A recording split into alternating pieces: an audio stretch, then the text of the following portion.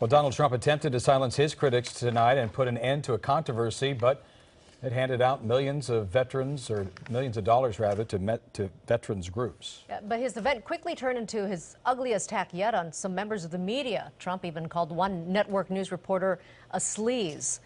KCAL 9 political reporter Dave Bryan joins us now with more on today's heated campaign talk. Dave? Nothing worse than a sleazy liar, you know.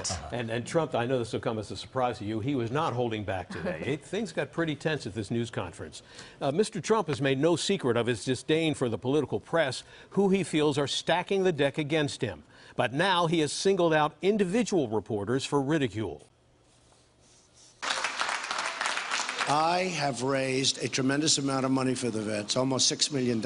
Actually closer to $5.6 million so far, a nice chunk of change to be sure, and after a week of pressure from the Washington Post and other news agencies, Trump for the first time identified which veterans groups got the money and how much. Folds of Honor Foundation, $200,000. Foundation for American Veterans, $75,000. This is a special night for me. When Trump boycotted a January Fox News debate in Iowa, he held an alternative event to raise millions for veterans. We just cracked $6 million, right? $6 million. But in the nearly 5 months since then, Trump never provided any evidence that money was actually raised until last week, when he was interviewed about the fundraiser by Post reporters.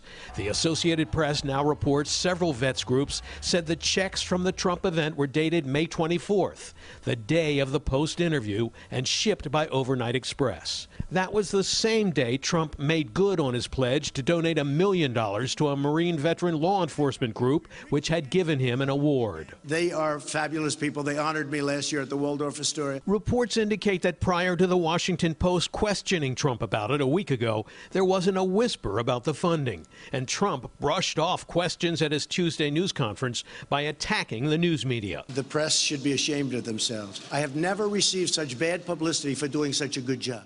And with that, Trump was off to the races. You keep calling us the dishonest press, the disgusting press. Generally speaking, that's 100% true. Go ahead. I disagree with that, sir. And if I can ask you this question, it seems as though you're resistant to scrutiny, the kind of scrutiny that comes with running for president of the United States. I like scrutiny, but you know what? When I raise money, excuse me, I've watched you on television. You're a real beauty. I think the political press is among the most dishonest people that I've ever met. When I raise millions of dollars, have people say, like this sleazy guy right over here from ABC. He's a sleaze in my book. You're a sleaze because you know the facts, and you know the facts well. A New Hampshire legislator who stood behind Trump at the news conference put it even more bluntly. I think the liberal media, and I've been dealing with you a long time, need to get your head out of your butt, focus on the real issues. But some veterans with connections to the Democratic Party held a protest outside the Trump Towers to denounce Trump. What Donald Trump doesn't understand is that he cannot buy the votes of veterans of this country. He has no integrity, and he has no interest in actually supporting veterans.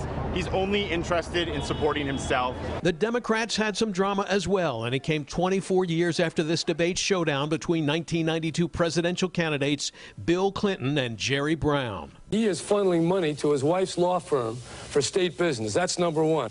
I don't care what you say about me, but you ought to be ashamed of yourself for jumping on my wife. You're not worth being on the same platform as my wife. I'll tell you something, Mr. Clinton. Now, don't try to escape it. Now, just 2.5 decades later, Jerry Brown endorsed Hillary Clinton a week before the California primary, writing that this is no time for Democrats to keep fighting each other. The general election, he wrote, has already begun.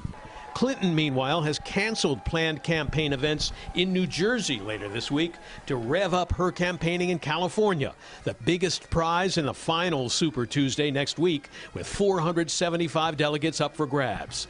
Even if she secures the nomination before the California polls close, losing the largest and most important Democratic state in the country would be a blow to the Clinton campaign, and she's not taking any chances. Now, Governor Brown didn't exactly wrap his arms around Hillary Clinton in endorsing her, writing that this is the only path forward to win the presidency and stop the candidacy of Donald Trump. That could well be the central theme of the Clinton campaign in the fall, stopping Donald Trump at all costs, even if you aren't completely in love with Hillary Clinton being president. Jeff, Lena?